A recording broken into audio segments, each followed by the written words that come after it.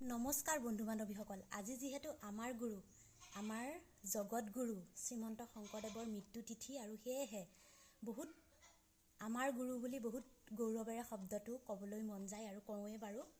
আৰু তেখেতৰ যিহেতু আজি মৃত্যু তিথি আৰু সেয়েহে তেখেতৰ মৃত্যু তিথিৰ উপলক্ষে মই আজি দিনটোতে বাৰু যেতিয়া যেনেকৈ পাৰোঁ সৰু সৰু অকণ দিহা আপোনালোকৰ মাজলৈ আগবঢ়াম।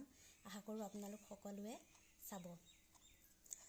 আজি শংকৰ গুৰু বৈকুণ্ঠত